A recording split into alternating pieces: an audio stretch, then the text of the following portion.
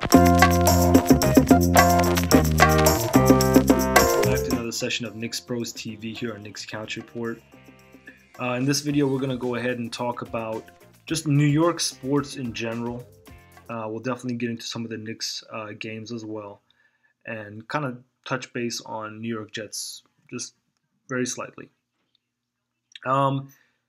It's been a while since, that dominant presence for New York sports has not been there. I'm quite aware that the Yankees have won a championship or two. The New York Giants almost could be reflected on as a dynasty. But I think just overall, especially this last year and this year, it's just been really bad.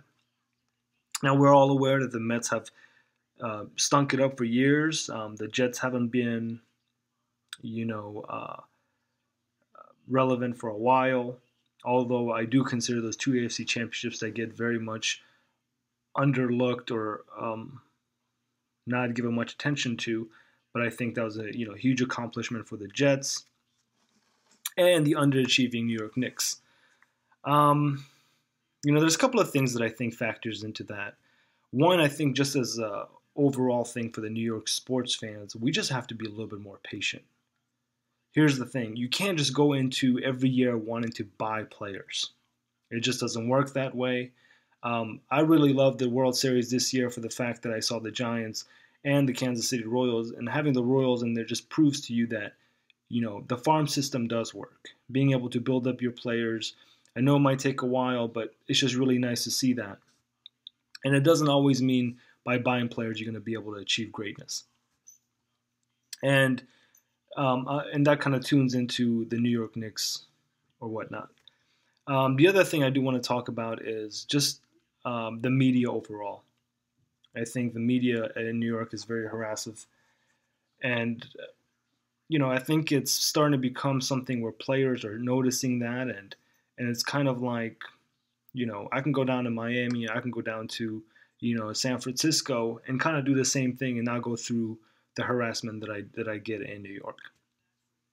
Now, talking about the underachieving New York Jets, wow. The Buffalo Bills didn't even have a place to practice, and the New York Jets had a bye week, had their own facilities to practice in, and we still managed to lose. We didn't just lose, guys. We lost 38-3. Michael Vick. The way Michael Vick looks like to me is as he has given up on playing football. He does not have the same legs. And the little bit of intelligence he had about reading plays has vanished this year. And you know what? These are moments where I am just so frustrated with the coaching staff, because here's the thing. Rex Ryan is a good coach. He is a motivator. He is a good defensive coach. But one thing he is not, and I've said this over the years, he cannot develop players, especially in the quarterback position. All right? Well, if you can't do that, get yourself a nice quarterback coach that will do it. If not, get a better offensive coordinator. But it's just very disappointing, to have that. And you know what? Much kudos to the Buffalo Bills for that victory. Well-deserved, way to represent for West New York. And that's just the way that goes. So, we only got 2 wins in this season. There's a lot of questions whether Rex Ryan's going to be able to return. John Itzig's coming back next year. You know what? I could care less. Fix the situation, because right now we're going to a draft in which I don't see much potential in a pocket quarterback. All I see is mobile quarterbacks, and that's not something that I want for my team. But again, that's just the way it is. And with the circus that we have had for the last 3-4 years, ever since Tebow came into play in the whole 9 yards, there's been rumors about the New York Jets acquiring Robert Griffin III. And you know what? Those are just speculations and rumors, but with this New York Jets team, those rumors can become reality very fast.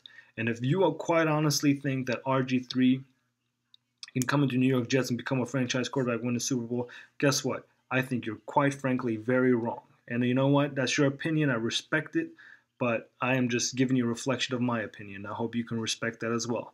But getting RG3 is not the right choice unless you get him at the right coach that's going to be able to, um, be able to develop him, because RG3 really needs a solid offensive line.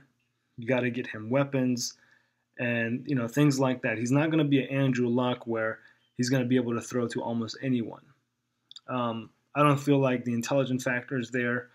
I don't feel like the pocket awareness around him is there. So I'm not really going to get into that whole RG3, but I do want you to guys tell me what you think there.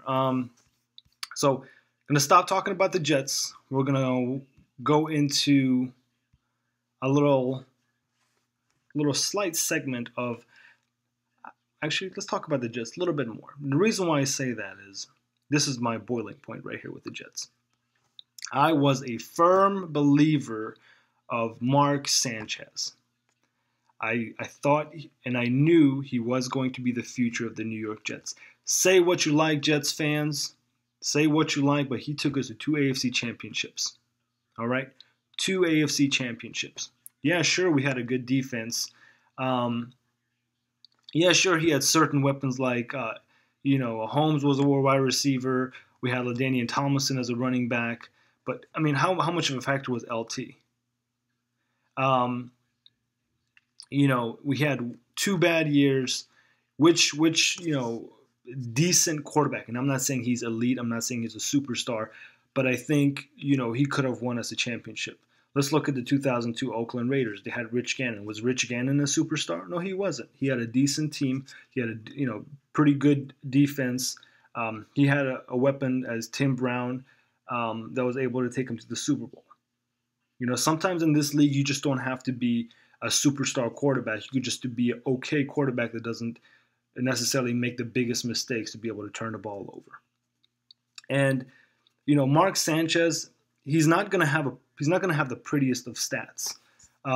Mark Sanchez is not going to give you the numbers Peyton Manning gives you or whatnot. Mark Sanchez does throw a lot of interceptions.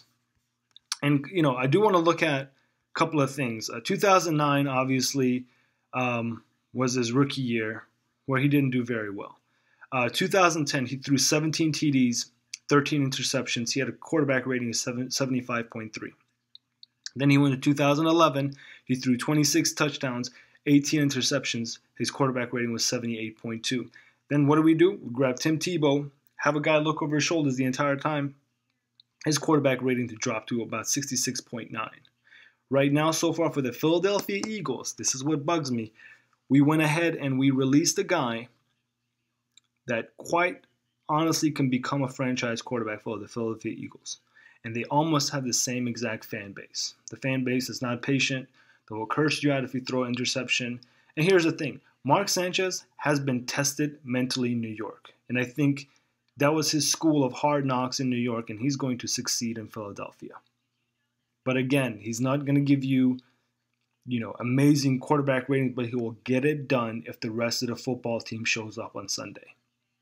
And that's what he has proven over and over again. He's played just really good for the most part, and he played good against the Cowboys. He had 1 touchdown. His quarterback rating was 102.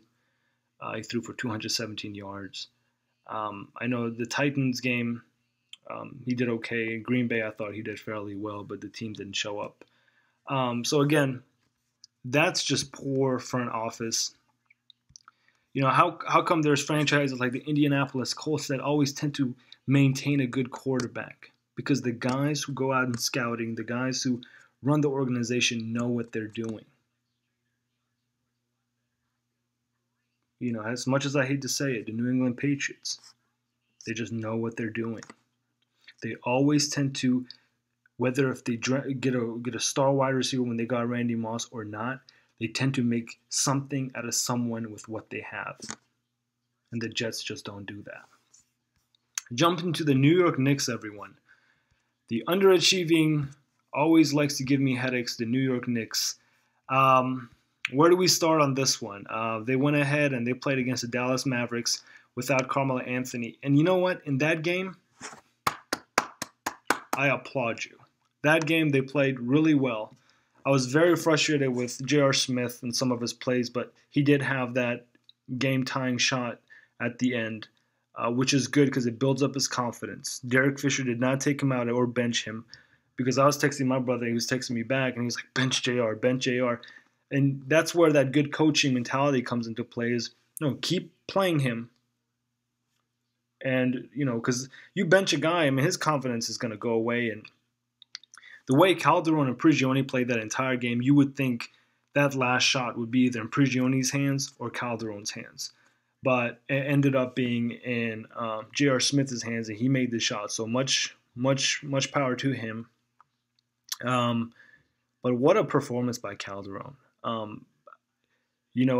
think, he made a lot of three-pointers, and just overall Prigioni was in there too. And it just reminded me of the 2012 New York Knicks with Novak or constant threes after three after three. So much props to him. Dallin Bird is probably the only player on this team that rebounds the ball. Stoudemire is terrible at rebounding the ball. Although offensively, Stoudemire has been much better, very consistent. The one thing that I'm picking a bone with Stoudemire and is very frustrating is quit turning the ball over. It's like, the ball just comes off his hands a lot, and he turns the ball way too much. But yeah, I can only imagine having, Calderon back with a healthy Carmelo Anthony. Bargnani's going to be out for a while.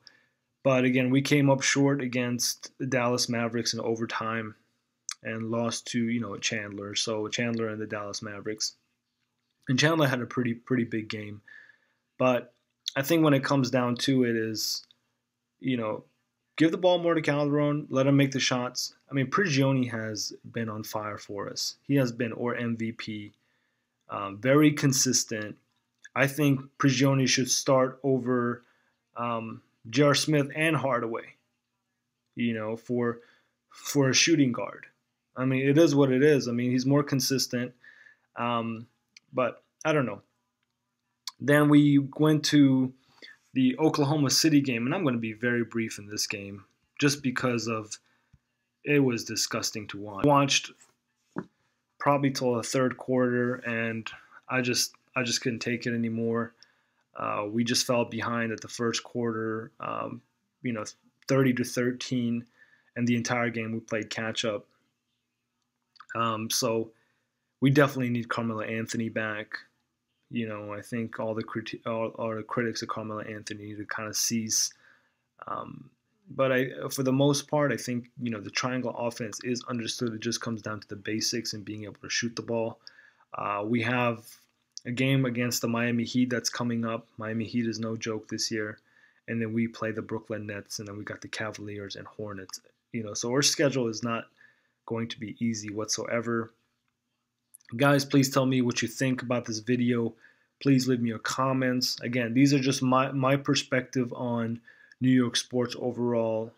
So please let me know what you think, and comment and subscribe, and have a wonderful night.